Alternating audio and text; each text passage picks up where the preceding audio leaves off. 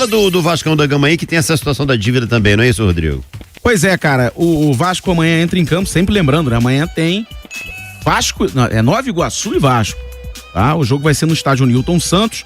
Tomara que com um público melhor, tomara que o pessoal entenda que é uma competição importante, mas eu também vou entender que é quarta-feira de cinzas às 9h30 da noite. E aí o cara vai pro Newton Santos, é demais. Tomara que o público seja um pouco mais Vamos interessante, agradecer, né? Ferge, CBF, né? Muito.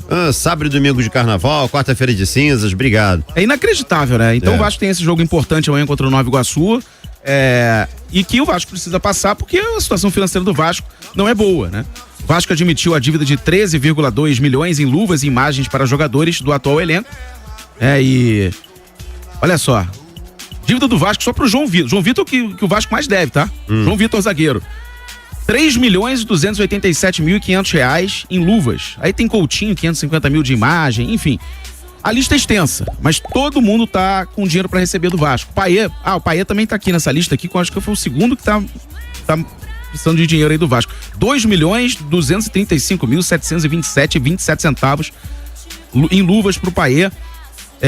1 milhão e pouco pro Léo Jardim, cara, negócio absurdo. Cara, como é que uma empresa é gerida dessa forma, né? Paulinho, e eu não tô falando do também. Pedrinho não, tá? Não. Isso aí vem de anos e anos e anos e anos. Pedrinho, agora é o momento dele, mas, cara, é assim, uma engrenagem completamente atravancada, né, cara? O Pedrinho tá fazendo o possível e o impossível. Por exemplo, ele quitou recentemente as luvas atrasadas do Verrete, do Paulo Henrique e do Galdames. Nem tá mais no Vasco. E tá tentando, de todas as formas, honrar os compromissos. A gente sabe que o Vasco tá com essa situação. Qual a dívida total tem aí? A dívida total é essa aqui que eu falei. A dívida total é de 13.200.000 reais. Só com os jogadores. Sim. Fora com os outros credores, enfim.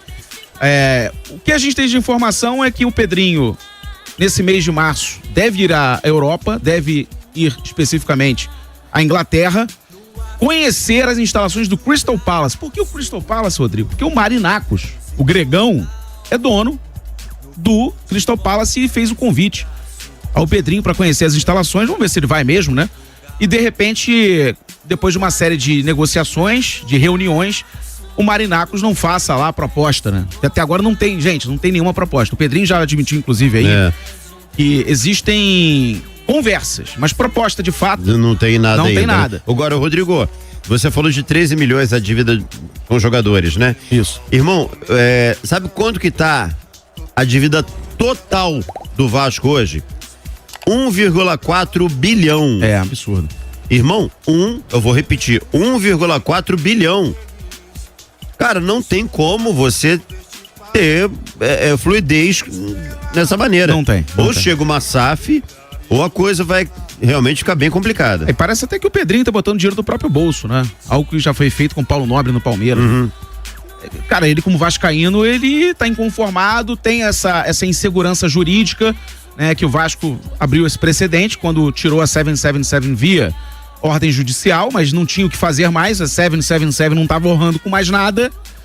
O Vasco ia afundar cada vez mais no ano passado, ainda bem que o Pedrinho fez isso, o Vasco não foi rebaixado, até que ficou numa posição ali intermediária interessante ao fim do Campeonato Brasileiro, mas de alguma maneira o Vasco tem que pagar essa dívida. A prioridade do Pedrinho, inclusive, é pagar as dívidas. Ele falou isso em uma entrevista aí recente pra nossa colega Aline Nastari, numa exclusiva, né? Ele falou que, cara, ele não pode mais, que assim, ele pode perder a próxima eleição. Aí perde a próxima eleição, vamos dizer que não tem SAF. Não vai acontecer. Se Deus quiser, a SAF vem agora. O investidor sério, que não seja 777. Alguém que consiga equacionar as coisas, pelo menos no futebol do Vasco. Mas ele falou assim, eu não quero deixar pro próximo presidente essa herança maldita. De toda hora a gente botar a dívida pra frente, Cara, não existe isso. Então, ele tá tentando ao máximo honrar os compromissos, as dívidas que o Vasco tem com os credores, com os jogadores, todo mundo que o Vasco deve. Isso é importante, esse é o primeiro passo. O Mário Bittencourt vinha fazendo isso no Fluminense, o Bandeira de Melo, com todo mundo tá aí, Landim, fez isso ano passado com o Flamengo, e o Pedrinho tá tentando o mesmo rumo. E eu acho que esse é o rumo natural das coisas. E, paralelo a isso, o Vasco tá tentando um investidor para a SAF. Porque hoje, infelizmente, eles acumulam funções, né? O associativo com a SAF, né?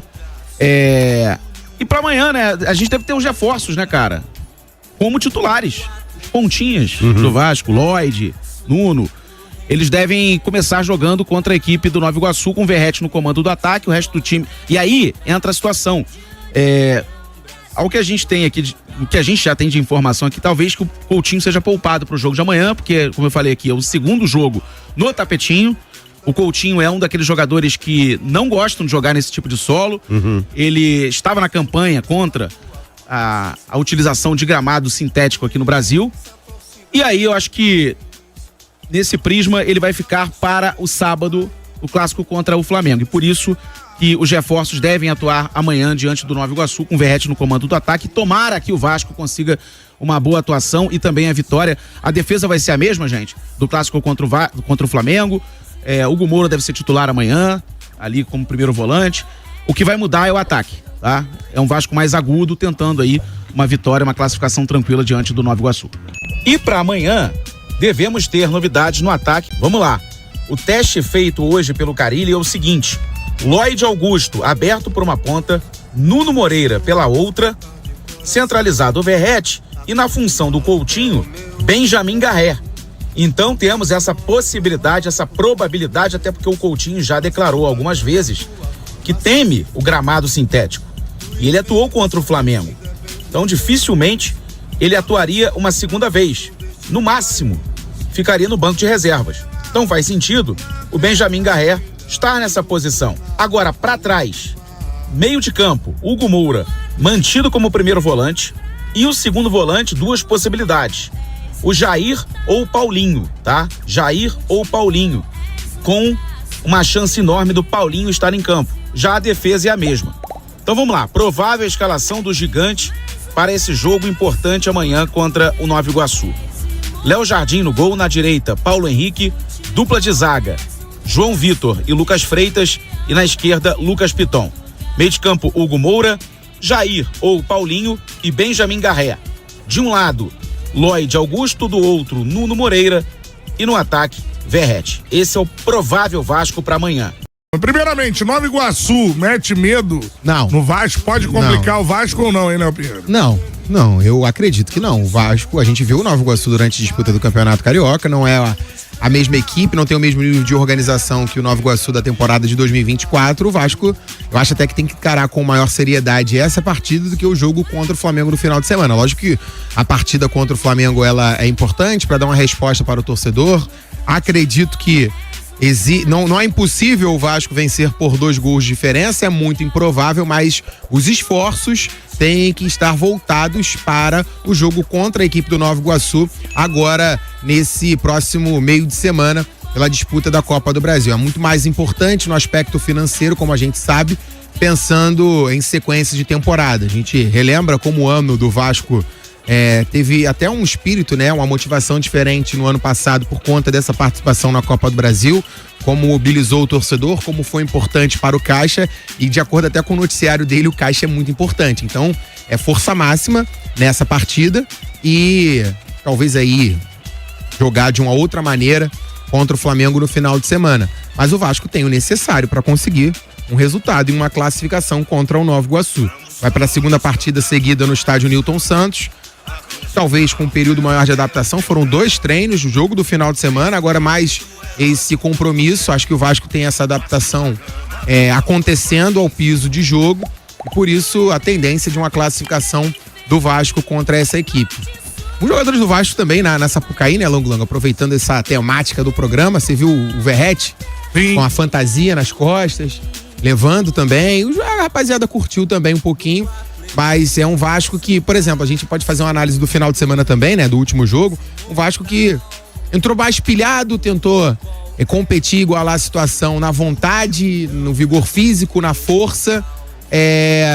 Foi superado porque o Flamengo é melhor, mas é um Vasco que, vou repetir, precisa dar maior atenção à Copa do Brasil em relação a essa outra semifinal contra o Flamengo no final de semana.